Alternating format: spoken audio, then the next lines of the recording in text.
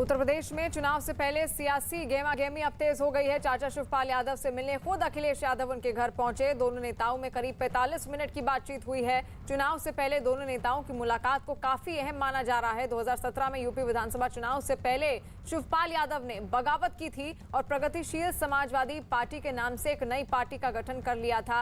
अब 2022 विधानसभा चुनाव से पहले दोनों पार्टियों में विलय की चर्चा तेज हो गई है और इस मुलाकात को इसी दिशा में एक कदम बताया जा रहा है। इस मुलाकात के बाद दोनों पार्टियों के कार्यकर्ता भी उत्साहित दिख रहे हैं। तो अखिलेश यादव अपने चाचा शिवपाल यादव से उनके घर मिलने मुलाकात करने पहुंचे थे।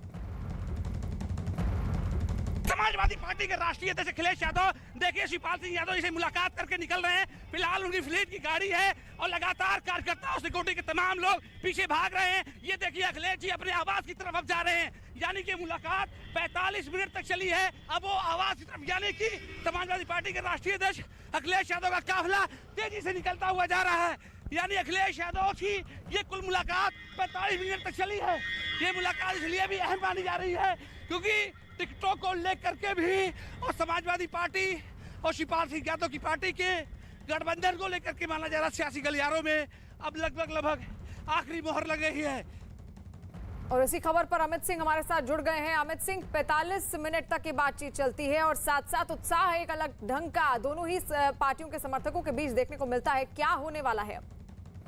देखिए शिवानी, 45 मिनट तक मुलाकात हुई है अखिलेश यादव और शिवपाल यादव के बीच। अखिलेश यादव के चाचा शिवपाल यादव के बीच ये मुलाकात हुई है और शिवपाल यादव के घर से अखिलेश यादव निकल चुके हैं। अखिलेश यादव सीधे अपने आवास पर गए हैं और जाहिर तौर पे जिस तरीके से पहले शिवपाल यादव टिकटों को लेकर बोले थे कि उनके जितने भी समर्थक हैं उन सभी समर्थकों को टिकट मिलना चाहिए समाजवादी पार्टी से। अगर वो समाजवादी पार्टी में उनकी पार्टी यानी प्रगतिशील समाजवादी पार्टी अगर मर्ज होती है, अगर विलय होती है तो उनके सभी समर्थकों को मिलना चाहिए टिकट। तो ऐसे में देखना होगा, ये देखना दिलचस्प होगा जब दोनों नेता क्या इस मीटिंग के बाद, इस बैठक के बाद क्या दोनों नेता ज्वाइंट प्रेस कॉन्फ्रेंस करते हैं, क्या टिकटों पर बातचीत पर मुहर लग गई है। अब क्या शिवपाल यादव पूरी तरीके से तैयार हो गए हैं। अखिलेश यादव ने, क्योंकि जो शर्तें रखी होंगी, अखिलेश यादव ने कहा था कि उन्हीं लोगों को टिकट दी जाएगी, उन्हीं कार्यकर्ताओं को टिकट दी जाएगी जो जीतने के योग्य होंगे, जो उस इलाके में जीत पाएंगे। तो बड़ी बात यही है कि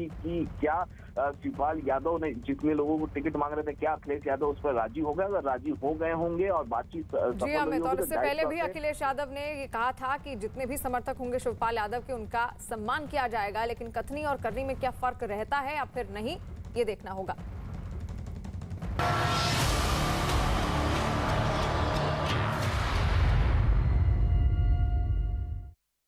और अब बात असदुद्दीन ओवैसी की पार्टी के एक नेता के विवादास्पद बयान की।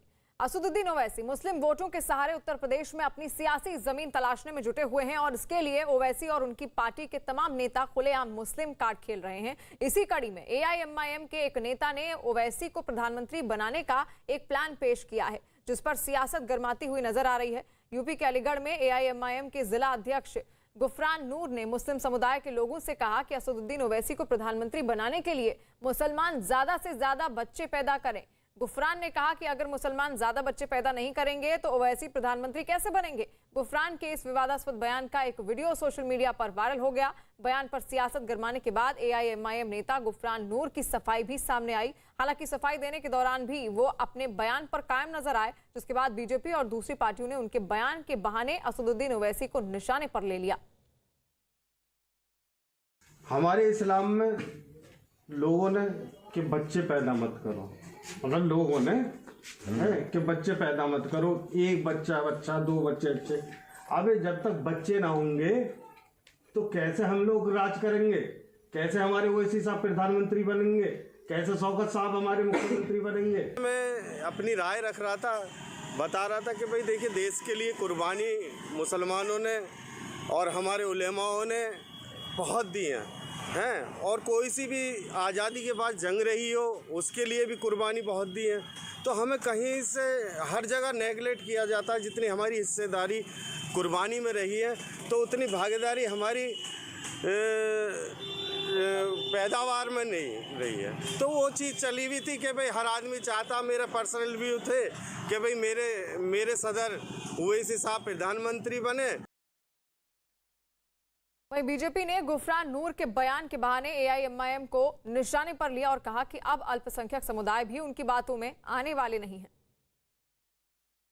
जिस तरह से असदुद्दीन ओवैसी की पार्टी के लोग लगातार तुष्टीकरण के लिए, मजहबी ध्रुवीकरण के लिए लगातार बयानबाजी करने का काम कर रहे हैं, उत्तर प्रदेश में सांप्रदायिक ध्रुवीकरण के लिए वातावरण बनाने का प्रयास कर रहे हैं, वो सफल नहीं होंगे। वो कितनी भी कोशिश करें कि उत्तर प्रदेश के चुनाव को मजहबी आधार पर बांटा जा सके, ऐसा हो नहीं पाएगा। और इस तरह की जो कट्टरपंथी बयानबाजी है, इसको अब जनता भी बहुत गंभीरता से नहीं लेती है। अगर इस प्रकार से ज्यादा बच्चे पैदा करके और वो वोटर्स की संख्या बढ़ाने की बात कर रहे हैं, तो जनता इसको खारिज करने की बात करती है। और अयोध्या में हनुमानगढ़ी के महंत राजू दास ने मुस्लिम समुदाय की आबादी पर दिए गए बयान के लिए एआईएमआईएम पर बड़ा हमला बोला। प्रतिनिधि से ये देश चलता है भाई, जिसका बहुलता ज्यादा रहेगा, बहुमत ज्यादा रहेगा, वही सरकार बनेगा, वही कुर्सी पे बैठेगा। जिस दिन वो कुर्सी पे बैठेगा अपने हिसाब से चलाएगा। तो उन्होंने कोई गलत नहीं कहा। उन्होंने कहा कि हाँ, अगर जनसंख्या नियंत्रण कानून बनता है तो कानून बनने के बावजूद भी हम लोग बच्चे ज्यादा से ज्यादा पैदा करेंगे, तभी तो ओवैसी को प्रधानमंत्री बना पाएंगे, तभी तो ओवैसी प्रधानमंत्री कुर्सी पे बैठ पाएंगे, तभी तो हिंदुस्तान पे हम कब्जा कर पाएंगे। तो इनकी मनोदशा, इनकी मानसिकता विक्षिप्त हो चुकी है। वहीं कांग्रेस नेता प्रणव झा ने एआईएमआईएम नेता गुफरान नूर के बयान के बहाने असदुद्दीन ओवैसी को निशाने पर लिया और कहा कि ओवैसी जैसे सब लोगों को बांटना चाहते हैं, इसलिए उनकी पार्टी की ओर से लगातार इस तरह के बयान आ रहे हैं।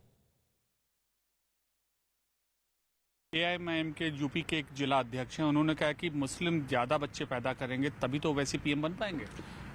हम और आप अच्छे से जानते हैं, और खास करके उत्तर प्रदेश के लोग और देश के लोग, कि वो क्या कर रहे हैं। ऐसा बयान देके तो वो भाजपा का काम कर रहे हैं। ये जो है एक ही सिक्के के दो पहलू हैं।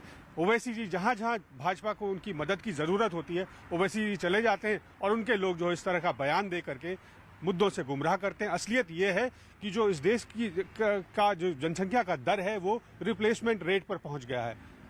मतलब अब जो है जनसंख्या बढ़नी बंद हो जाएगी, जिस दर से बढ़ रही है उसी दर से चलती रहेगी। तो इस तरह की बात जो है बेबुनियाद बातें हैं और ये मुद्दों से भटकाने वाली बातें हैं।